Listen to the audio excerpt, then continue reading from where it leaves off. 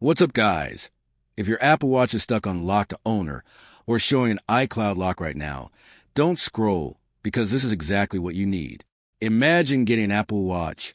Maybe you bought it secondhand, maybe you reset it, and boom, you're completely locked out. No access, no setup, nothing. Just that frustrating screen. But here's the thing, most people think it's impossible to fix. It's not. In this video, I'm going to walk you through a step-by-step method you can try to unlock your Apple Watch iCloud lock. No confusing tech talk, no wasting time. Just simple steps that you can follow along with. But listen carefully. If you skip even one step, it might not work. So stay with me till the end. And if this method doesn't work for your specific device, don't worry. Just drop your Apple Watch model and watchOS version in the comments, and I'll personally help you find a solution. Now let's get started and unlock your Apple Watch.